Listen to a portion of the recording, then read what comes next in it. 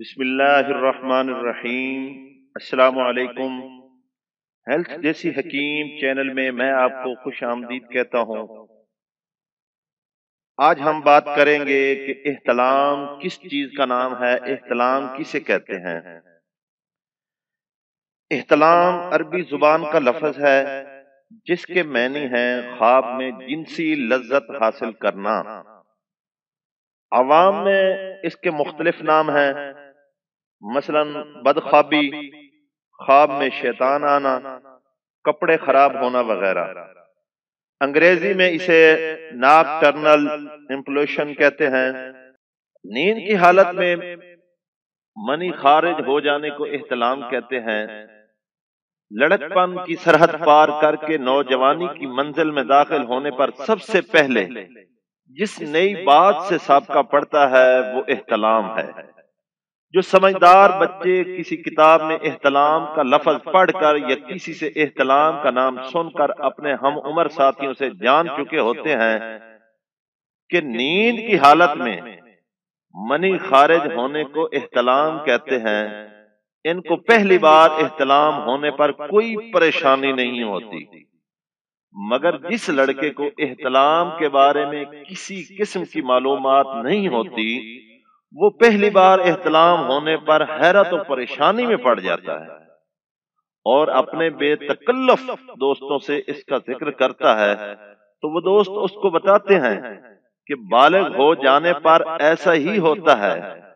زیادہ سمجھدار دوست و ساتھی لڑکے یہ بھی سمجھا دیتے ہیں کہ احتلام ہو جانے سے آدمی ناپاک ہو جاتا ہے اور جب تک وہ غسل نہ کر لے تو نماز نہیں پڑھ سکتا، نہ ہی مسجد میں داخل ہو سکتا ہے اور نہ ہی قرآن پڑھ سکتا ہے، بلکہ غسل کرنے سے پہلے ناپاکی کی حالت میں کھانا پینا بھی منع ہے اور بلا وجہ غسل میں دیر کرنا اور ناپاک رہنا بھی گناہ ہے۔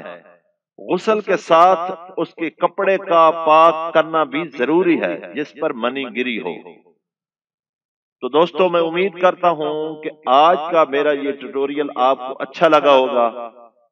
میں آئندہ بھی 8-10 ٹیوٹوریل صرف احتلام کے بارے میں بناؤں گا کہ احتلام ہونا ضروری ہے، اس کی اقسام کیا ہے اور اس کا علاج کیا ہے اور دوائی علاج کیا ہے اور اس کے پرہیز کیا ہیں۔ ان پر انشاءاللہ میں مفصل ویڈیوز بناؤں گا تاکہ دکھی انسانیت کی خدمت ہو سکے۔